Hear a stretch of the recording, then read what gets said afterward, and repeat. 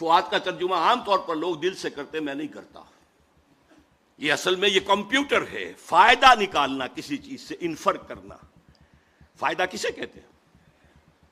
گوشت کو جب بھون دیا جاتا ہے، پانی وان نکل گیا، اسے فعید کہتے ہیں.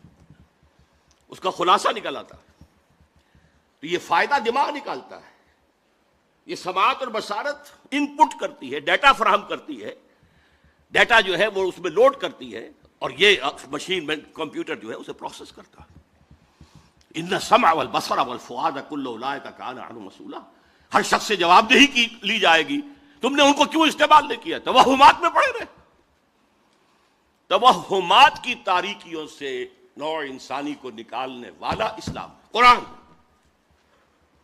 اور پھر دیکھیے دنیا مانتی ہے کہ اس سے پہلے فلسفے میں، منطق میں صرف استخراجی منطق کا راج چل رہا تھا، ڈیڈکٹیو نالج. ایک بات مان لی اور اس کے منطقی نتیجے میں بال کی کھال اتارتے جا رہے ہیں، اسی میں ڈوبے ہوئے ہیں، اسی میں ڈوبے ہوئے ہیں. قرآن نے آ کر دنیا کو روشناس کرایا استقرائی منطق سے. دیکھو، مشاہدہ کرو، کھول آنکھ، زمین دیکھ، فلک دیکھ، فضا دیکھ، مشرق سے ابھرتے ہوئے سورج کو ذرا دیکھ. افلا ينظرون الى الابل كيف خلقت والى السماء كيف رفعت والى الجبال كيف نصبت والى الارض كيف سطحت فذكر انما انت مذکر. دیکھو، غور کرو، سوچو، آبزرو کرو، پھر نتائج نکالو، انفر کرو. یہ استقرائی منطق، انڈکٹیو نالج، دنیا کو اس سے روشناس کرانے والا قرآن ہے. یہی انڈکٹیو نالج سائنس کی بنیاد بنا، اور سائنس انر کور بن گیا جدید تہذیب کا. اگرچہ اس کا جو ظاہر ہے، انر کور کے اوپر جو پردے لپٹے ہوئے ہیں وہ غیر اسلامی ہیں. وہ کیسے وجود میں آئے اس کی بھی میں تاریخ آپ کو بتا دینا چاہتا ہوں. دیکھیے، یورپ میں یہودی انتہائی دبے ہوئے، پسے ہوئے، مستضعفین، قابل نفرت، شہروں سے باہر گھٹوس میں وہ رہتے تھے. انہیں اذیت پہنچاتے تھے عیسائی، اور صحیح بات تھی. عیسائی جسے اپنا خدا مانتے، خدا کا بیٹا مانتے، وہ کہتے وہ حرامزادہ تھا، باسٹرڈ، سن آف مین، ولد الزنا، جادوگر تھا، کافر تھا، مرتد تھا، واجب القتل تھا. اسی لیے ہم نے اسے سولی پر چڑھوایا. یہ دوسری بات ہے کہ اللہ نے کیا کیا اور کب انہیں اٹھایا. انتہائی پرسیکیوٹڈ کمیونٹی تھی، اور سب سے زیادہ شدید پرسیکیوشن اسپین میں تھی، جو بہت گہرا کیتھولک ملک ہے. یہی وجہ ہے کہ یہودیوں نے مسلمانوں کی مدد کی اسپین کو فتح کرنے میں، راستے بتائے محمد طارق ابن زیاد کو. نتیجہ کیا نکلا کہ مسلمانوں نے انہیں سر پر بٹھایا، ان کی عزت کی، احترام کیا، تکریم کیا. ایک وقت میں وزیر اعظم جو ہے سلطنت ہسپانیہ کا یہودی تھا. یہ یہودی جو ہیں، انہوں نے وہاں بیٹھ کر یورپ کی پیٹھ میں چھڑے گھونپے، عیسائیوں سے بدلے لیے. اس لیے کہ جو لڑکے آتے تھے فرانس سے، جرمنی سے، اٹلی سے، یہ تینوں ملک قریب پڑتے ہیں، وہ پڑھنے کے لیے آتے تھے. کارڈووا کی یونیورسٹی، قرطبہ کی، گرناڈا، کرناٹا، تولیڈو، تلیتوا، یہاں سے پڑھ کر جاتے تھے. اور یہاں یہودی ان کے اندر کچھ اور زہر کے انجیکشن بھی لگاتے تھے، اسلام کی روشن خیالی پر اور اوپر روشن خیالی. اب یہ روشن خیالی کا لفظ میں انورٹڈ کاماز میں بول رہا ہوں. اسلام کے تصور حریت پر مزید ردا، اسلام کے نظریہ مساوات مرد و زن پر مزید ردا. یہ ردے یہودیوں نے اسپین میں بیٹھ کر، اور آپ کو معلوم ہوگا بن گوریون نے کہا ہے the golden era of our diaspora was Muslim Spain. اس نے یہ کہا، یہ ڈائسپورا سن 70 عیسوی سے شروع ہوا تھا. سن 70 عیسوی سے، جبکہ جو ٹائٹس رومی جنرل تھا اس نے گرایا ان کا سیکنڈ ٹیمپل، 1,33,000 یہودی ایک دن میں قتل کیے، اور پھر وہاں سے نکال دیا، بھاگ جاؤ یہاں سے. ڈائسپورا اب وہ دنیا میں منتشر ہو گیا. اس ڈائسپورا کا بن گوریون کہتا ہے the golden period of our diaspora was Muslim Spain. جیسے انہوں نے مسلمانوں کی پیٹھ میں خنجر گھونپا، ایک یہودی عبداللہ ابن سبا نے وہ فتنہ اٹھایا جو آج تک سنی اور شیعہ کے اختلاف کی صورت میں اب تو خون بھی بہہ رہا ہے، اس سے پہلے خون نہیں بہتا تھا. یہ سارا ایک شخص، وہ یہودی فتنہ گر، یہ یہودی فتنہ گر علامہ اقبال کی اصطلاح ہے، اور جسے بنوک کے بارے میں کہا گیا بینک کیا ہے؟ فکر چالاک یہود. یہ دونوں چیزیں جو ہیں مسلمانوں میں تقسیم اور عیسائیوں میں پروٹیسٹنٹ اور کیتھولک کی تقسیم یہودیوں کے پیدا کر دی. آزادی اسلام نے دی. وہ جو اقبال کہتا ہر کو جا بینی جہان رنگ و بو، جہاں کے از خاکش بروید آرزو، یا ز نور مصطفیٰ اورا بہاشت، یا ہنوز اندر تلاش مصطفیٰ. تم دنیا میں کہیں خیر دیکھو گے، خوبی دیکھو گے، بھلائی دیکھو گے، تو اعلیٰ قدر دیکھو گے، جہاں بھی دیکھو گے یا نور مصطفیٰ سے مانگا گیا ہے، ادھار لیا گیا، مستعار ہے، اور یا ابھی انسان مصطفیٰ کی تلاش میں آگے بڑھ رہا ہے. یہ ڈائلیکٹیکل پروسیس جو ہے ہسٹوریکل، یہ جس رخ پر بڑھ رہا ہے وہ لازماً اس کی منزل اسلام ہے. آزادی انہوں نے اسے آگے بڑھایا اللہ سے بھی آزادی. یہ نہیں کہ تبعیض بندہ و آقا فساد آدمیت، صرف یہ نہیں، اللہ سے بھی آزاد، مادر پدر آزاد، مساوات مرد و زن، فیملی سسٹم کو تباہ کرنے کے لیے عورت کو بھی مرد بنا دو، لے آؤ معاشی میدان کے اندر، لے آؤ گھر سے نکالو. حالانکہ خاندانی نظام ایک ایسا نظام ہے کہ اس کا ایک سربراہ ہو سکتا ہے، دو تو برابر کے سربراہ نہیں ہو سکتے. ٹوٹے ہی ٹوٹے، برباد ہو ہی ہو. مینیجنگ ڈائریکٹر ایک بنائیں گے، ڈائریکٹر 100 رکھ لیجیے، لیکن اس کو توڑا. اسی طریقے سے جو ابھی کہا گیا کہ یہ جو کتا ہے یہ فرق نہیں کرتا بیٹی ماں اور بیوی کے اندر، یہ ہم کیوں کرتے؟ پیاس ہے لگتی ہے، جہاں سے پانی ملتا ہے ہم لے لیتے ہیں، تو خامخواہ جو ہے ہماری جنسی جو پیاس ہے اس کے لیے قدغن ہے. اسی شہر لاہور میں ایک پروفیسر تھے تاریخ کے عبد القادر صاحب، وہ یہ کہا کرتے تھے when I can get fresh milk from the market daily, why should I bind a cow on my door? میں اپنے جنسی جذبے کی تسکین جب چاہوں جہاں سے کر لوں. گائے باندھنا ضروری ہے اپنے گھر پہ، یہ بیوی گھر میں لانا ضروری ہے. یہ جو تہذیب کے تباہ کن معاملات ہیں، اور پھر معیشت کے اندر سود. نوٹ کیجئے، پروٹیسٹنٹزم ذہن یہودی کی پیداوار ہے. جیسے این بنوک، این فکر چالاک یہود، اسی طرح پروٹیسٹنٹزم فکر یہودی کی چالاک ہے. اور سب سے بڑا پروٹیسٹنٹ ملک انگلینڈ بنا. چرچ آف انگلینڈ بغاوت کے طور پر سب سے پہلے وہاں قائم ہوا، پوپ سے آزاد. اور وہاں ہی پر آپ کو معلوم ہے کہ سب سے پہلا بینک بنا، بینک آف انگلینڈ. کالون کے ذریعے سے سود کا جواز جو پیدا کیا گیا یہودیوں نے کروایا، شائلاکس نے کروایا. وہ جواز سب سے پہلے اس کو قبول کیا ہے انگلینڈ نے. یہ پروٹیسٹنٹس کی فتح تھی، اور اس کے ذریعے سے رفتہ رفتہ رفتہ رفتہ وہ یورپ کے اوپر قابض ہو گئے. اور آپ کے والد محترم جب دیکھ کر آئے تھے 1905 سے 1908 تک، فرنگ کی رگے جا پنجائے یہود میں، یہ بات نہ کوئی اور دیکھ سکتا تھا نہ بیان کر سکتا تھا. اس ایک مصرے میں بیان کرنا ممکن نہیں کسی کے لیے. اور نہ وہ گہری نگاہ گاہ میری نگاہ تیز چیر گئی دل وجود، نہ وہ کسی اور کو حاصل. فرق صرف یہ ہوا ہے اس ایک صدی کے اندر کہ پہلے فرنگ کا اور پروٹیسٹنٹزم کا امام برطانیہ تھا، آج فرنگ کا اور پروٹیسٹنٹزم کا امام امریکہ ہے. اچھا، اس کے ساتھ یہ تو تھی ریفارمیشن، دوسرا تھا رینائسنس. رینائسنس کے ذریعے سے انہوں نے علم اس کی طرف لوگوں کو راغب کیا. لیکن چونکہ احیاء العلوم کی اس تحریک کے پیچھے ایک نیگیٹو موٹیو تھا، پاپائیت کے نظام کے خلاف بغاوت، اور پاپائیت ہی ان کے نزدیک مذہب کا مذہب تھی، مذہب کے خلاف بغاوت۔ لہذا اس کے تحت رد عمل کے طور پر جو علوم اور فنون جنم لیے جنہوں نے، وہ بے خدا بلکہ مخالف خدا۔ سیاست سے اللہ کو نکالو، حاکم وہ نہیں ہے، حاکم عوام ہے۔ معیشت سے قرض حسنہ، شراکت مزاربت کو نکالو، بینک لاؤ، سود پر مبنی۔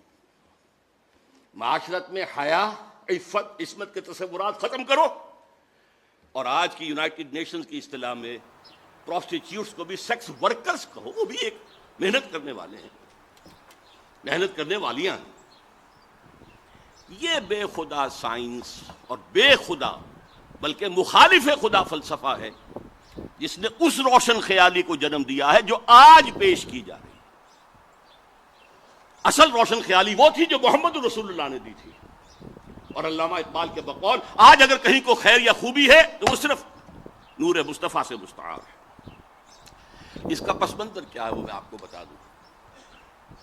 دیکھیے، اللہ تعالیٰ نے علم کے لیے دو آنکھیں دی تھی انسان کو۔ علم کی جو اہمیت آئی ہے وہ ابھی میں بتا چکا ہوں۔ قرآن مجید کہتا کسی ایسی چیز کے پیچھے مت پڑو جس کی بنیاد علم پر نہ ہو۔ اچھا، اسی لیے یہ تمام توہمات آکلٹ سائنس، حالانکہ انہیں سائنس کہا گیا ہے، پامسٹری ہو، نجوم شناسی ہو، یہ چیزیں ان میں حقیقت ہے، اسلام نے اس کا انکار نہیں کیا۔ Science of numbers, science of colours وغیرہ وغیرہ جنہیں آپ کہتے ہیں آکلٹ سائنس، ہٹاؤ ان سے، توجہ ہٹاؤ، جادو حق ہے مت کرو، کفر ہے۔ یہ نہیں کہا کہ یہ نفی کی ہے کہ ان میں کوئی حقیقت ہے ہی نہیں، تمہاری توجہ نہیں ہونی چاہیے۔ تمہیں ہم نے دو آنکھیں دی ہیں، اور سورہ بقرہ کے چوتھے رکوع میں اول دوم دونوں آنکھوں کا ذکر ہے۔ ایک آنکھ ہے ایکوائرڈ علوم کے لیے، جو علم تمہیں خود حاصل کرنا ہے، جسے پوٹینشلی آدم کے اندر ودیت کر دیا گیا تھا۔ جیسے آم کی گٹھلی میں پورا آم کا درخت ہے، علم آدم الاسماء کلہا میں وہ پورا ایکوائرڈ نالج موجود تھا جو آدم حاصل کر سکتا تھا یا نسل آدم حاصل کر سکتی تھی۔ اس کے لیے کیا اپریٹس دیا؟ ان السمع والبصر والفؤاد، ان تین چیزوں کو بروئے کار لاؤ اور قدم بقدم بڑھتے چلے جاؤ۔ یہ اس علم الاسماء کی ایکسفولیشن ہے جو آج ہم دیکھ رہے ہیں سائنس کی شکل میں، ٹیکنالوجی کی شکل میں۔ یہ بھی اللہ کا دیا ہوا علم ہے، اسے سیکولر علم نہ کہیے، قطعاً نہیں، بلکہ بڑا پیارا جملہ کہتے تھے ڈاکٹر رفیع الدین مرحوم و مغفور، میرے نزدیک فکر اقبال کے بہت بڑے شاعر ہیں، کہ Quran is the word of God and this universe is the work of God. ان دونوں میں کوئی تضاد نہیں ہو سکتا۔ اگر تضاد محسوس ہوا اس دور میں جبکہ ہمارا کائناتی علم بہت کم تھا، وہ تضاد اس دور کے مفسرین کے حوالے کیا جائے گا، قرآن کے حوالے نہیں کیا جائے گا۔ اس لیے ڈاکٹر مورس مختار نے کہا کہ میں نے بائبل پڑھی، اس میں بہت سی چیزیں وہ ہیں جنہیں قرآن غلط ثابت کر چکا ہے، موجودہ سائنس، قرآن میں ایک حرف میں نے نہیں پایا کہ جسے موجودہ سائنس نے غلط ثابت کیا، اور وہ مسلمان ہو گیا، فرینچ سرجن بہت بڑا۔ تو یہ ورک آف گاڈ ہے، یہ سیکولر سائنس نہیں ہے، یہ بھی مذہبی ہے۔ اللہ کے عمل کا مطالعہ کرو، اللہ کے بنائے ہوئے قوانین فطرت ہیں ان کا مطالعہ کرو، ان سے فورسز آف دی نیچر کو کیپچر کرو، ہارنس کرو، استعمال کرو۔ لیکن دوسرا علم، فَإِمَّا يَأْتِيَنَّكُم مِّنِّي هُدًى فَمَن تَبِعَ هُدَايَ فَلَا خَوْفٌ عَلَيْهِمْ وَلَا هُمْ يَحْزَنُونَ۔ دوسرا گیون نالج ہے اللہ کی طرف سے، یہ ایکوائرڈ نالج ہے جو رفتہ رفتہ رفتہ رفتہ رفتہ رفتہ بڑھا ہے، اور آج یہاں پہنچ گیا ہے کہ اقبال کہتے ہیں کہ فروغ آدم خاکی سے، عروج آدم خاکی سے انجم سہمے جاتے ہیں کہ یہ ٹوٹا ہوا تارا مہ کامل نہ بن جائے۔ دوسری آنکھ تھی، جب بھی تمہارے پاس میری طرف سے ہدایت آئے، وہی آئے، فمن تبع ہدایا فلا خوف علیہم ولا هم یحزنون۔ یہ دو آنکھیں تھیں، وہی اور اکتسابی علم۔ یہ گیون ہے، یہ ریویلڈ نالج ہے، یہ اوپر سے آیا ہے، اور یہ نالج آپ کو اپنی سماعت و بصارت اور عقل کے ذریعے حاصل کرنا. انسانی تہذیب کا سب سے بڑا المیہ کیا ہے؟ مذہب کی مخالفت میں جو سائنس اور فلسفہ اور جو تہذیب پروان چڑھی، اس نے ریویلڈ نالج سے آنکھ بند کر لی. رکھو ادھر،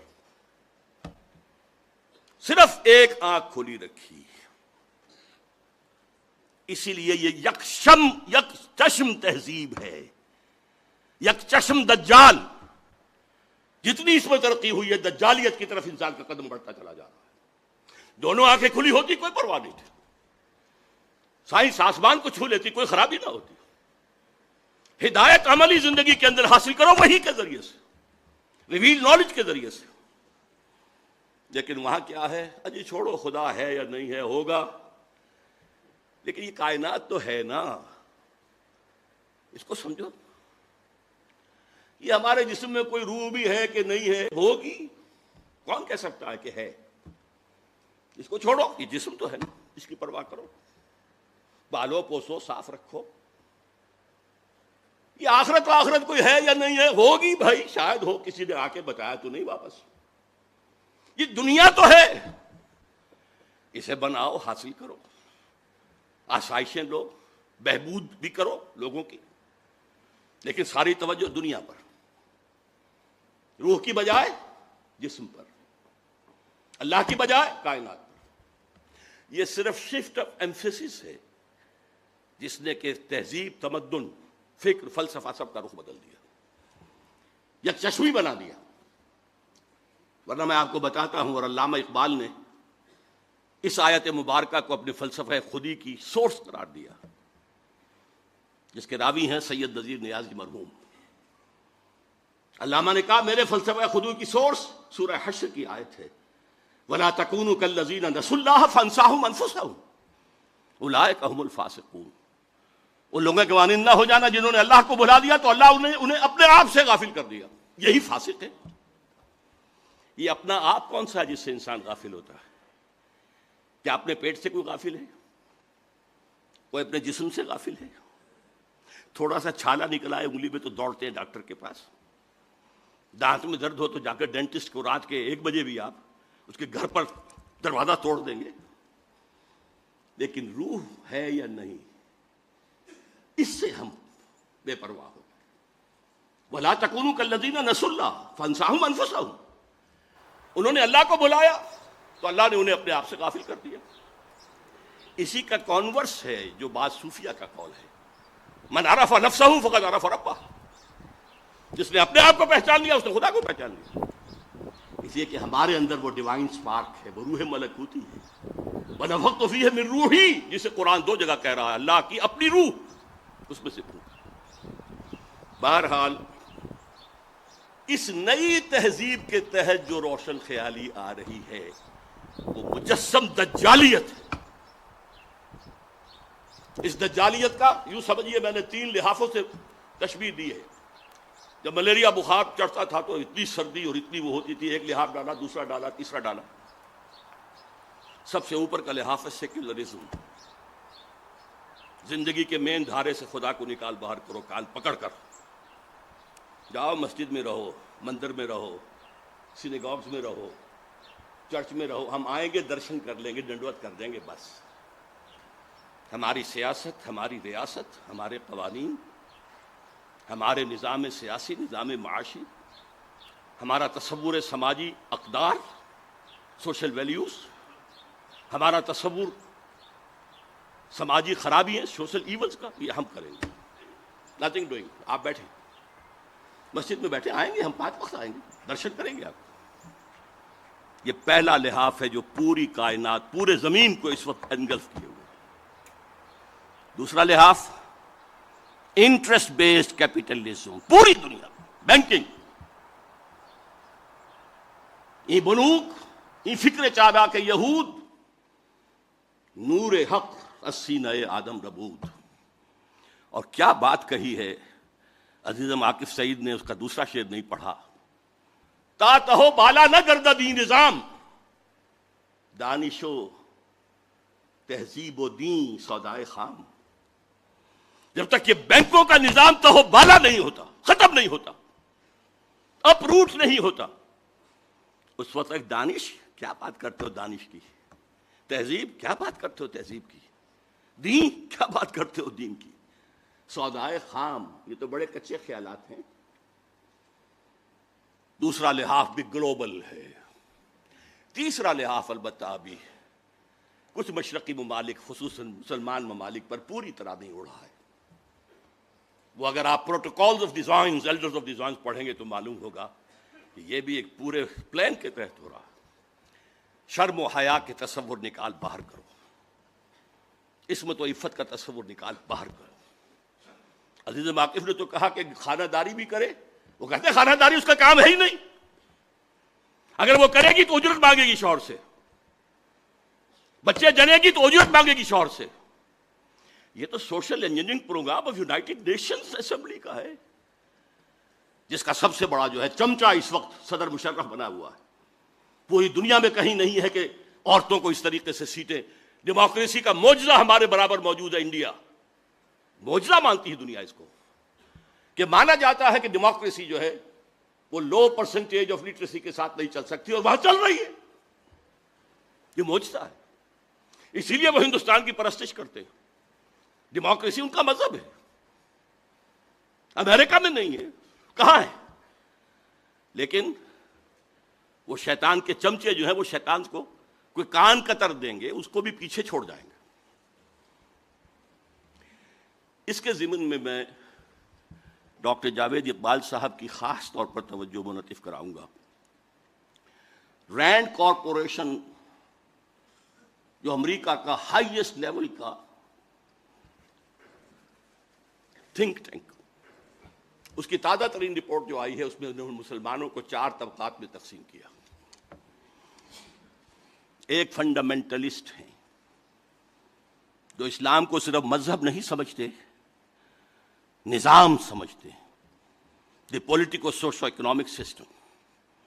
یہ ہماری ہٹ لسٹ پر نمبر 1 ہے، انہیں ہم نے ختم کرنا ہی کرنا ہے، یہ ہمارے دشمن ہیں۔ اس لیے کہ انہیں مذہب سے دشمنی نہیں ہے، نمازیں پڑھو، تم آئے امریکہ میں، تم نے چرچ خریدے، مسجدیں بنا لی، ہم نے تو کوئی اعتراض نہیں کیا، تم نے سینیگوگز خریدے، مسجدیں بنا لی، ہم نے تو کوئی اعتراض نہیں کیا، تم رمضان میں روزے رکھتے ہو، ہم تمہیں ایک افطاری پارٹی دے دیتے ہیں وائٹ ہاؤس میں، تم عید اور بقرعید مناتے ہو، ہم یادگاری ٹکٹ ایشو کر دیتے ہیں۔ ہاں، تمہارے اسلام سے بھی کوئی دشمنی نہیں۔ ہاں، Islam as a politico socio economic system, جسے وہ پولیٹیکل اسلام بھی کہہ دیتے ہیں، یہ ہمارا دشمن ہے، اور اس کی وجہ صاف ہے۔ نصف صدی تک جو کولڈ وار جاری رہی وہ نظام کی جنگ تھی، مذہب کی تو کوئی جنگ نہیں تھی۔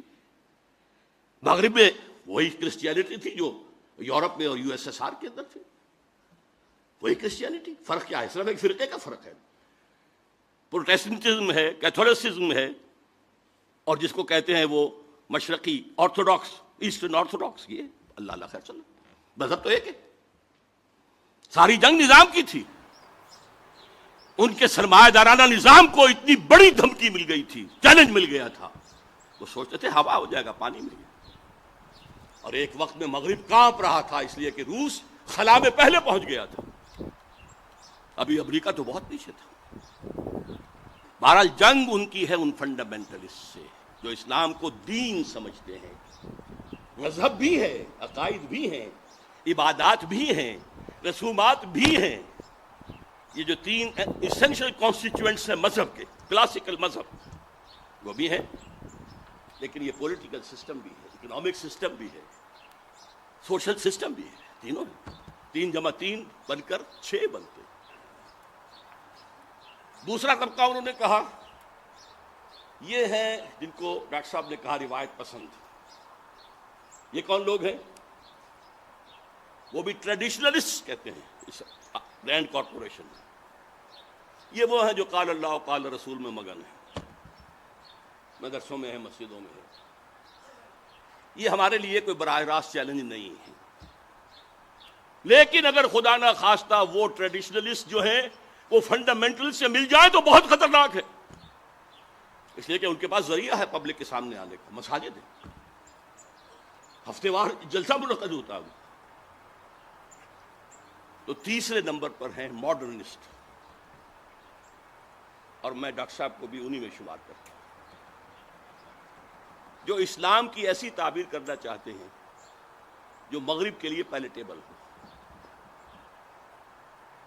آپ نے کہہ دیا شراب حرام نہیں ہے فی نفس سے، شراب تو حرام ہے، رجس من عمل الشیطان فاجتنبوہ، چھوڑو اس کو، فہل انتم منتہون، چھوڑتے ہو کہ نہیں؟ تمہیں پہلے بھی دے دیے گئے تھے سگنلز کہ شراب اور جوئے میں کچھ خوبیاں بھی ہیں اور کچھ گناہ بھی ہیں، گناہ کا پہلو بھاری ہے۔ پھر کہہ دیا گیا تھا شراب کے نشے میں نماز کے قریب نہ ہو، لیکن سورہ مائدہ کی آخری آیات بھی جو اکثر پڑھی ہے، یہ جو ہیں ماڈرنسٹ، کسی صاحب نے کہہ دیا اسلام میں پردہ ہے، یہ تو تہذیبی بات تھی صرف، یہ ہے کہ جو مغرب میں فٹ کرنا چاہتے ہیں مشرق کی ان اقدار، ان کے بارے میں رینڈ کارپوریشن میں ہے کہ ان کے پاس پبلک سے کانٹیکٹ کا کوئی ذریعہ نہیں ہے، انہیں میڈیا پر، خاص طور پر الیکٹرانک میڈیا میں نمایاں کیا جائے۔ اب جو کچھ اے آر وائی کر رہی ہے اور جو کچھ کہ کیو ٹی وی کر رہا ہے یا جیو ٹی وی کر رہا ہے، یہ کس کے زیر اثر ہے؟ لیا ہی پہلے لیا ہے، جو موجود ہے وہ سب سے پہلے۔ چوتھا انہوں نے کہا ہے کہ سیکولرسٹ ہیں، وہ تو ہیں ہی ہمارے۔ اب یہ 2+2 کی تقسیم انہوں نے کی ہے، ماڈرنسٹ پلس سیکولرسٹ، ان کی سرپرستی کرو، انہیں سپورٹ دو، اور فنڈامنٹلسٹ اور ٹریڈیشنلسٹ، ان دونوں کو دباؤ۔ یہ ہے آج آسمان امریکہ کی وحی۔ اب یہ تو میں نے آپ کے سامنے عرض کر دیا کہ یہ جدید روشن خیالی کی جڑ کہاں سے ہوئی، انلائٹنمنٹ سے جو شروع ہوا، اس کا ایک جز جو انر کور قرار دیا ہے اس علامہ اقبال نے، اگرچہ اس کا ظاہر کچھ اور ہے، نظر کو خیرہ کرتی ہے چمک تہذیب حاضر کے یہ صناعی، مگر جھوٹے نگوں کی ریزہ کاری ہے، اور خیرہ نہ کر سکا مجھے جلوہ دانش فرنگ، سرما ہے میری آنکھ کا خاک حجاز و حول قدس۔ مصر اقبال سے معذرت کے ساتھ عرض کر رہا ہوں، میں نے اس میں تبدیلی کی ہے مصر میں، اس لیے کہ مدینہ و حجاز تو ایک ہی شے کا نام ہے، علم محمدی کے دروازہ ہیں حضرت علی، وہ نجف کہا نا انہوں نے، وہ حضرت علی کے حوالے سے۔ میں کہہ رہا ہوں ان میں واو عطف نہیں آ سکتا، وہ تو ایک وحدت ہے۔ ہاں دوسری سورس جو ہے old testament and new testament, حول قدس الذی بارکنا حولہ، جہاں سینکڑوں انبیاء دفن ہیں، جہاں ابراہیم دفن ہیں، جہاں یعقوب اور اسحاق دفن ہیں، جہاں ان کے خیال میں سولی چڑھائی گئی تھی حضرت عیسیٰ کو، وغیرہ وغیرہ۔ تو میں نے اس میں ترمیم کی ہے، اور مجھے امید ہے میں کوئی علامہ اقبال کے کلام کا یا پیغام کا ماہر ہونے کا دعویٰ نہیں کرتا، البتہ ان کے آخری زمانے کی ایک نظم، اس کے آخری شعر کا مصداق میں خود کو بھی سمجھتا ہوں۔ چنگ را گیرے از دستم کہ کار از دست رفت، نغمام خو گشت و از رگھائے ساز آید برون۔ لوگوں مجھ سے یہ ستار، یہ چنگ لے لو، میں اپنی انگلیوں سے جو اس کو چھیڑ رہا تھا تاروں کو، اب ہاتھ کا کام پورا ہو گیا ہے، اب میرا نغمہ اس ستار کے تاروں کے اندر خون بن کر گردش کر رہا ہے، اور اس کی رگوں سے، اس کے تاروں سے خود بخود نکلے گا۔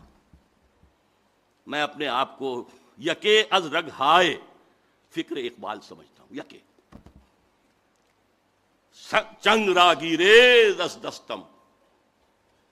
اور ڈاکٹر صاحب سے میں پھر عرض کروں گا کہ جو ریکنسٹرکشن اور علامہ کی شاعری کا فرق ہے، اس کے لیے یہ بات بھی نوٹ کر لیجئے کہ لیکچرز میں وہ مہدی کا تصور اور مسیح اور اس کا تصور، اس کو کہتے ہیں کہ یہ امیجین اثرات ہیں اسلام پر۔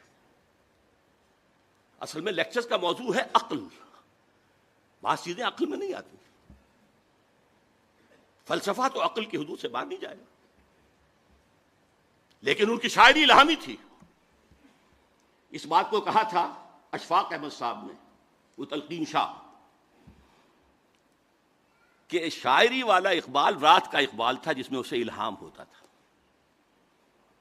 اور ریکنسٹرکشن والا اقبال دن کا اقبال تھا جو اپنے عقل سے کام کرتا تھا. تو مہدی کا تصور کی اس طرح کی نفی. لیکن یہ شعر جس کا آخری شعر میں نے آپ کو جس نظم کا سنایا، اس کا پہلا شعر کیا ہے؟ خضر وقت از خلوت دشت حجاز آید برون، کارواں زیں وادی دور و دراز آید برون. خضر وقت مہدی دشت حجاز سے باہر آئے گا. اس میں سنی اور شیعہ دونوں تصور آ گئے. شیعوں کے نزدیک حضرت مہدی 12ویں امام تھے جو روپوش ہیں، وہ ظاہر ہوں گے، اور سنیوں کے نزدیک حضرت ام سلمہ کی حدیث ہے کہ خلیفہ کے انتقال کے بعد خانہ جنگی ہو جائے گی، اور ایک شخص کی طرف لوگ دیکھ رہے ہوں گے رہنمائی کے لیے، اور وہ اسے گریز کرتا ہوا مدینے سے بھاگ کر مکے میں چھپ جائے گا. لوگ وہاں سے تلاش کریں گے، نکالیں گے تو نکالیں گے. خضر وقت از خلوت دشت حجاز آید برون، کارواں زیں وادی دور و دراز. یہ وادی سندھ جس کا ایک حصہ افغانستان ہے، مشرقی افغانستان، دوسرا حصہ یہ پاکستان ہے، یہاں سے نکلے گا جو حضور کی حدیث کے مطابق یخرج ناس من المشرق یوطئون للمہدی، یعنی سلطان ہی. مشرقی ملک سے ایک فوجیں آئیں گی جو مہدی کی حکومت کو قائم کریں گی. اللہ کرے کہ وہ پاکستان ہو. اقبال کے خواب میں وہ پاکستان ہی تھا اور افغانستان بھی ساتھ. بہرحال آج جو قرات ہوئی اس میں بھی جو نقشہ کھینچا گیا ہے کہ یہود و نصارہ کو اپنا ولی نہ بناؤ. ہماری بدقسمتی ہے کہ اس دور کے بہت بڑے مفکر، مؤرخ، درویش صفت انسان ڈاکٹر حمید اللہ مرحوم نے اس آیت میں ولی کا ترجمہ کیا ہے حاکم نہ بناؤ. حیران، عربی کے بہت بڑے ماہر، لیکن میرے نزدیک یہ آیت قرآنی وَمَن نُعَمِّرْهُ نُنَكِّسُ فِي الْخَلْقِ، جس کی عمر زیادہ کر دیتے ہیں اس کی عقل اوندی کر دیتے ہیں، تخلیقی صلاحیتیں کم کر دیتے ہیں. وہ اولیاء کا ترجمہ حاکم کہہ رہا. اچھا حاکم کوئی کسی کو خود بناتا؟ انگریز آئے تھے تو ہم نے بنایا تھا؟ وہ تو آئے تھے اپنے زور زور سے آئے تھے. یہ ولی کا ترجمہ ہے، جمع ہے اولیاء. انہیں ساتھی نہ بناؤ، ہمدرد نہ بناؤ، سہارا نہ بناؤ، پشت پناہ نہ بناؤ، دوست نہ بناؤ، رازدان نہ بناؤ. یہ اس کا ترجمہ ہے. تو واقعتاً اس وقت ہم یہود و نصارہ کے اندر جو آیت میں الفاظ آئے تھے یسارعون فی الخیر فیہم، کچھ لوگ ہیں گھسنا چاہتے ہیں ان کے اندر، ان کی تہذیب میں، ان کے تمدن میں، ان کے نظام میں گھسنا چاہتے ہیں. اور کہتے کیا ہیں؟ جیسے کہ کہا تھا 11 ستمبر 2001 کو صدر مشرف نے، جو میں نے اپنے کانوں سے سنا پھر 16 ستمبر 2001 کو، اگر ہم اس وقت ساتھ دیں گے امریکہ ہماری ایٹمی صلاحیت کی بھی حفاظت کرے گا، کشمیر کا مسئلہ حل کرا دے گا، نہیں تو یہ سارے معاملہ ابھی ختم ہو جائے. ان یصیبنا دائرہ، کہ ہم پر کوئی مصیبت نہ آ جائے. ڈر رہے ہیں. وہ ڈر کیوں رہے ہیں؟ اللہ پر یقین نہیں، اللہ کی مدد کا احساس نہیں. آئے گی نہیں اللہ کی مدد. تم اللہ سے جنگ کر رہے ہو، مدد کیسے آئے گی؟ لہذا ان میں گھس رہے ہیں. لیکن اس کے مقابلے میں جو ایک جماعت کا نقشہ پیش کیا گیا ہے، من یرتد منکم عن دینہ فسوف یأتی اللہ بقوم یحبہم ویحبونہ، اور وہ اس کی راہ میں جہاد کریں گے، اللہ ان سے محبت کرے گا، وہ اللہ سے محبت کریں گے، اور وہ کافروں پر سخت ہوں گے، اہل ایمان پر نرم ہوں گے، اللہ کی راہ میں جہاد کریں گے. اللہ تعالی ہمیں وہ جماعت بننے کی توفیق عطا فرمائے. ان دونوں آیتوں کا تعلق جو ہے اگلی آیات سے وہ یہ ہے. مولانا فاروقی صاحب نے حضرت عائشہ کا شعر کا جو ایک مصرع مجھے یاد رہ سکا ہے، وہ لیسا لشمسنا لمحن غروب، سارے دنیا میں یہ بھی ہے سورج ہے وہ غروب ہو جاتا ہے، ہمارا سورج کبھی غروب نہیں ہوگا. وہ ہے محمد الرسول اللہ صلی اللہ علیہ وسلم۔ اقبال کی زبان میں سنا چکا ہوں، ہر کو جا بینی جہان رنگ و بو، جہاں کے از خاکش بروید آرزو، یاد نور مصطفیٰ اورا بہاست، یا ہنود اندر تلاش مصطفیٰ است۔ پھر جو آیت انہوں نے پڑھی، ودو لو تکفرون، وہ یہ چاہتے ہیں تم بھی کافر ہو جاؤ جیسے وہ خود کافر ہے۔ دم کٹی بلی چاہتی ہے سب کی دمیں کٹ جائیں۔ اس کو نہ سمجھ کر اور صرف وقتی سے فائد، میں نے کہہ دیا تھا 16 ستمبر 2001 کو، روبرو کہا تھا کہ آپ جو کچھ کر رہے ہیں وہ غداری ہے عدل و انصاف کے مسلمہ اصولوں سے، کہ ابھی کوئی جرم ثابت نہیں، طالبان کا تو کوئی ہے ہی نہیں جرم، اگر آپ کہتے ہیں اسامہ بن لادن کا وہ بھی ثابت نہیں، اور سزا دینے پر تل گئے۔ کون سے اصول ہیں یہ عدالت کے؟ ڈاکٹر صاحب تو چیف جسٹس بھی رہے ہیں۔ نمبر 2، یہ غیرت اور حمیت سے بغاوت ہے۔ ایک حکومت آپ نے قائم کروائی، مدد کی، سپورٹ کیا، پروموٹ کیا، اس کا سفیر آج تک بھی بیٹھا ہوا ہے آپ نے انہیں ریکگنائز کیا، اور ایک دھمکی پر پتاشے کی طرح بیٹھ کے 180 کا ٹرن لے لیا۔ تو کوئی غیرت اور حمیت بھی کسی شے کا نام ہے؟ کہ حمیت نام تھا جس کا گئی تیمور کے گھر سے، وہ تیمور کے گھر سے کیا سادات کے گھر سے گئی۔ مشرف صاحب تو سید ہونے کے مدعی ہیں۔ اور نمبر 3، یہ بغاوت ہوگی اسلام سے کہ ایک مسلمان حکومت کے خلاف، مسلمان ملک کے خلاف غیر مسلموں کا ساتھ دیا جائے۔ البتہ جو آپ بتا رہے ہیں حکمتیں وہ حقیقی ہیں، میں مانتا ہوں، لیکن وقتی ہیں۔ جلد یا بدیر آپ کی باری آ کر رہے گی۔ بعد میں خود کہا مشرف نے کہ ہماری باری بھی آ سکتی ہے، لیکن آپ جا رہے ہیں اسی کے دامن میں۔ لا ملجا منکا ولا ماوا الا الیک، یہ تو دعا ہے رات کے وقت سونے کی مصنون دعا۔ اے اللہ، تیرے کسی اقدام کے خلاف کہیں پناہ لینے کی جگہ ہے ہی نہیں سوائے تیرے دامن کے۔ جیسے ماں بچے کو مارتی ہے اور بچہ ماں سے چمٹا جاتا، کہاں جائے؟ لہٰذا یہ امریکہ سے چمٹے جا رہے ہیں۔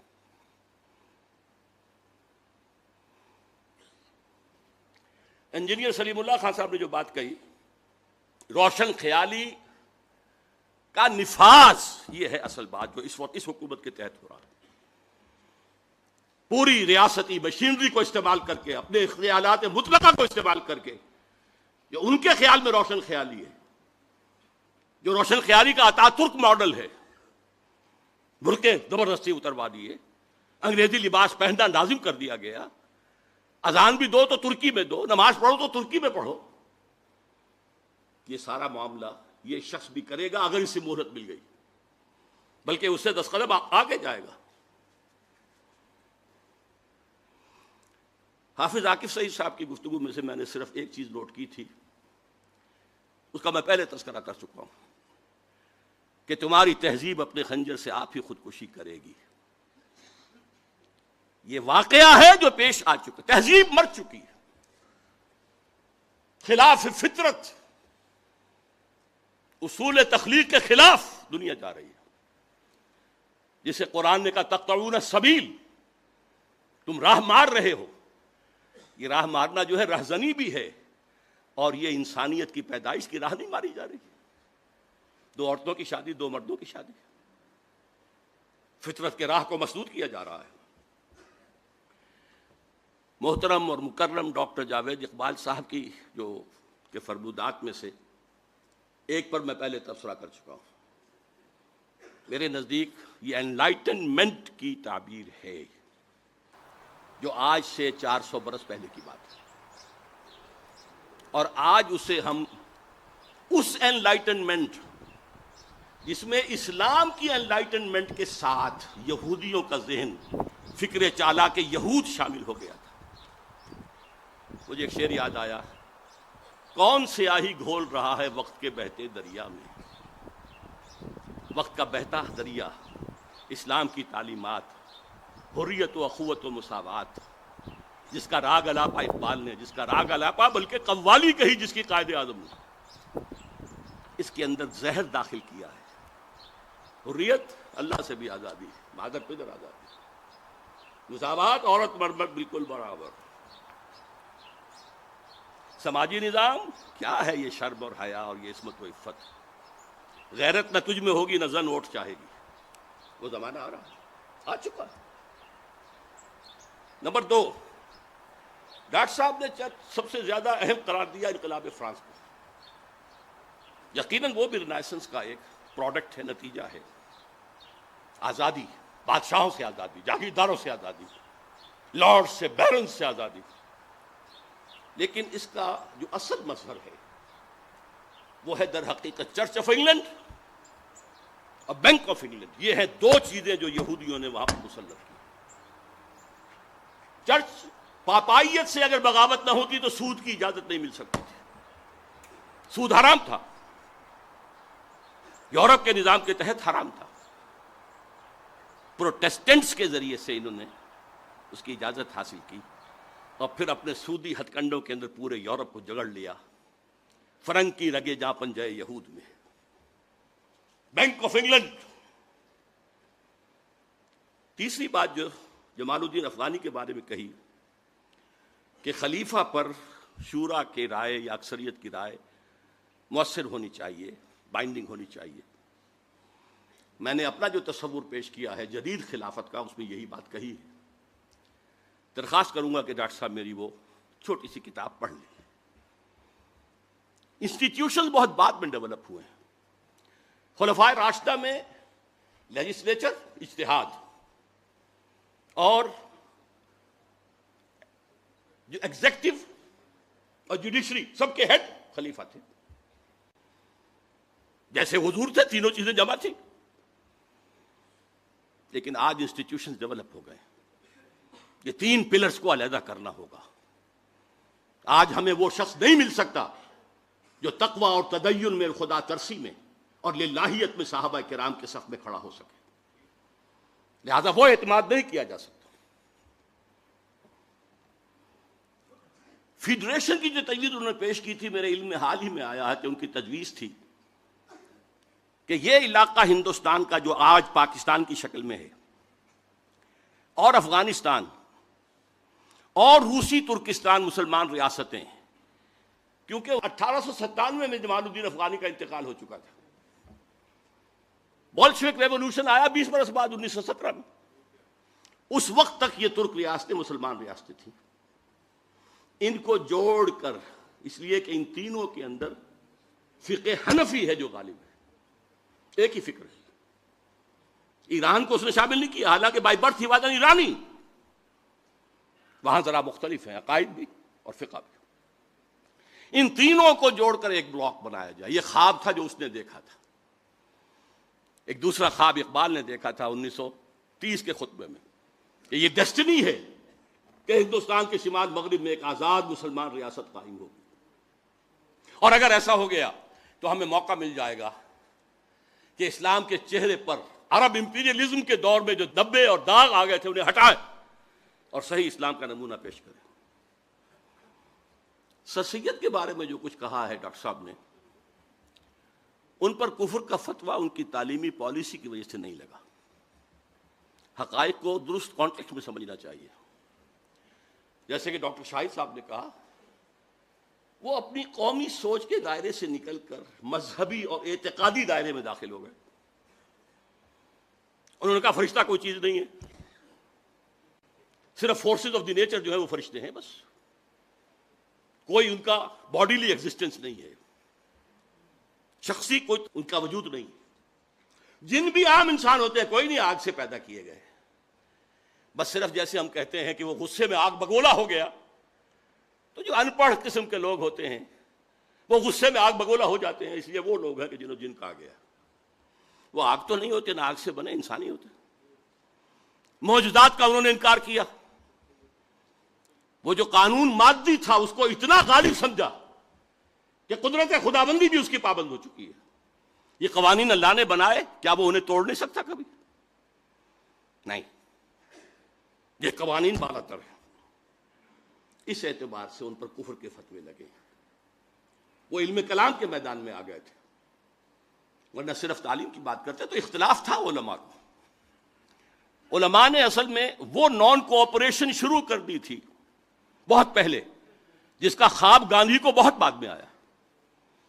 ہم تمہارا علم پڑھیں گے، نہ سائنس پڑھیں گے، نہ فلسفہ پڑھیں گے، نہ تمہارے کالجوں اور یونیورسٹیوں میں جائیں گے، ہم تو قال اللہ و قال رسول کے جزیرے بنا کر بیٹھ جائیں گے کونوں کھدروں میں. It was a naan cooperation with the Britishers.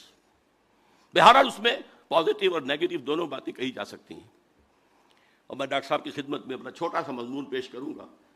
اسلام کی نشت ثانیہ کرنے کا اصل کام درخواست ہے، اور آپ لوگوں کے سامنے اعلیٰ رؤوس الارشاد وعدہ لینا چاہتا ہوں کہ ضرور پڑھیں گے. علامہ اقبال کے بعد میں مولانا مودود نے جو کہا وہ میں سمجھتا ہوں زیادتی ہے. مودودی صاحب نے جو باتیں کہیں کہ وہ ملامتی یا فرقے سے تھے، یہ صوفیوں کا ایک مسلک ہے. بعض صوفی جو للہیت میں اتنے گزر جاتے تھے، غلو، کہ لوگ کہیں ہمارے عقیدت مند نہ ہو جائیں. عقیدت مند ہو جائیں گے تو ہمارے ہاتھ چومیں گے، ہمارے پاؤں چومیں گے، شخصیت پرستی آ جائے گی، اور یہی بت پرستی کی بنیاد ہوتی ہے. تو وہ خلاف شرع کام علل اعلان کرتے تھے تاکہ لوگ ہم سے متنفر ہو جائیں، ہمارے پاس نہ آئے، لیٹ اس الون، ہمیں رہنے دیں. اس میں کوئی توہین کا پہلو بالکل نہیں تھا. علامہ اقبال کے خطبہ الہ آباد میں جو قومیت کی بحث ہے اس کو تو عام کیا ہی مودودی نے، مسئلہ قومیت نامی کتاب لکھ کر. علامہ کا خطبہ تو آج بھی لوگ پڑھیں تو سمجھ نہیں سکتے، وہ فلسفیانہ بحث ہے، لیکن اس کو عام کیا ہے. مسئلہ قومیت کے نام سے کتاب، جو ایک زمانے میں مسلم لیگیوں کے آنکھ کا تارا تھی اور ہزاروں لاکھوں اس کے جو ہے تقسیم کیے گئے. البتہ بعد میں ان کا اختلاف تھا کہ قیادت ایسے لوگوں کے ہاتھ میں آ رہی ہے جسے آپ نے بھی کہا کہ وہ سیکولر مائنڈڈ تھے، پریکٹسنگ مسلم نہیں تھے، تو اس سے اسلامی ریاست قائم نہیں ہوگی، ایک مسلم نیشن سٹیٹ اور وجود میں آ جائے گی. اور یہ بات سچی ثابت ہوئی ان کی. بہرحال میں سمجھتا ہوں زیادتی ہے ان کا ذکر ان علماء کے ساتھ کرنا. ہاں، مولانا مدنی رحمۃ اللہ علیہ، اسی طریقے سے مولانا نجم الدین اصلاحی یا عطا اللہ شاہ صاحب بخاری،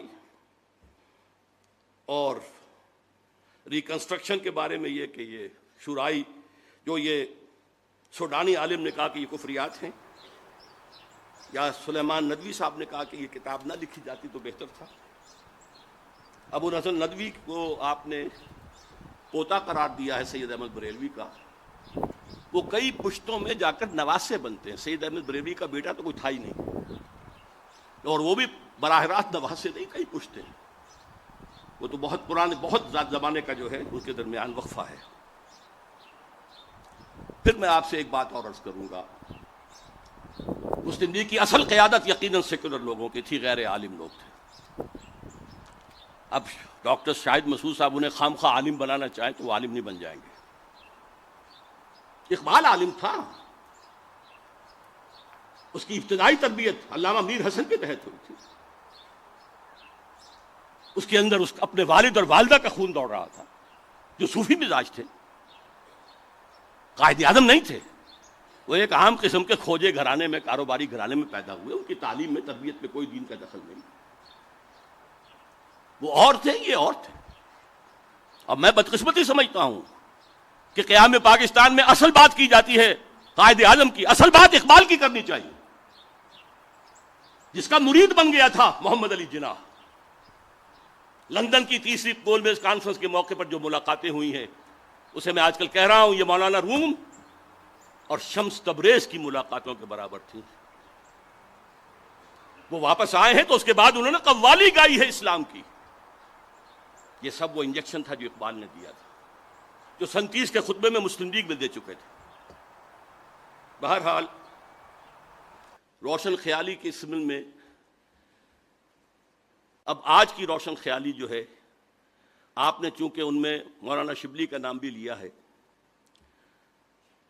وہ یقیناً موجودہ حساب سے بھی روشن خیال تھے. انہوں نے آپ کے والد مرحوم کو بھی ایک خاص پہلو سے غلط راستے پر ڈالا، گمراہ کیا، اگرچہ علامہ اقبال وہاں تک نہیں پہنچے تھے. اس پر ایک پورا مقالہ لکھا جا چکا ہے اور میں اس کا بڑا احسان سمجھتا ہوں. بہرحال آج کیا ہو رہا ہے، علامہ شبلی کی پوتی اب نماز کرائے گی امریکہ کے اندر. یہ جو روشن خیالی کے بیج تھے وہ برگ و بار آج لا رہے ہیں نا. ان کی پوتی ہے. اب پہلے تو وہ کوئی ڈاکٹر امینہ ودود تھی، وہ کہاں سے ٹپکی ہیں یہ تو ہمیں معلوم نہیں، لیکن اب آ رہی ہے شبلی کی پوتی روشن خیالی لے کر. میں ڈاکٹر صاحب کی ان تینوں اصطلاحات کو پسند کرتا ہوں. اصلاح پسند، روایت پسند اور عوام کی پسند کا مذہب، یہ تینوں اصطلاحات صحیح ہیں اور میں سمجھتا ہوں معتدل ہیں، ماڈریٹ ہیں. یہ بات ہمیشہ رہی ہے. بقول اقبال آئین نو سے ڈرنا، طرز کہن پہ اڑنا. مشکل یہی کٹھن ہے قوموں کی زندگی میں. یہ مراحل آتے ہیں. نئے خیالات کی پذیرائی آسانی سے نہیں ہوتی. یقیناً اجتہاد کا دروازہ جو ہمارے خاص طور پر سنی اسلام کے اندر بند ہے سینکڑوں برس سے، اسے کھولا جانا چاہیے. لیکن ظاہر بات ہے کہ اس کے کچھ حدود ہیں، قیود ہیں، کچھ پیرامیٹرز ہیں، ان کے اندر وہ اجتہاد ہوتا ہے.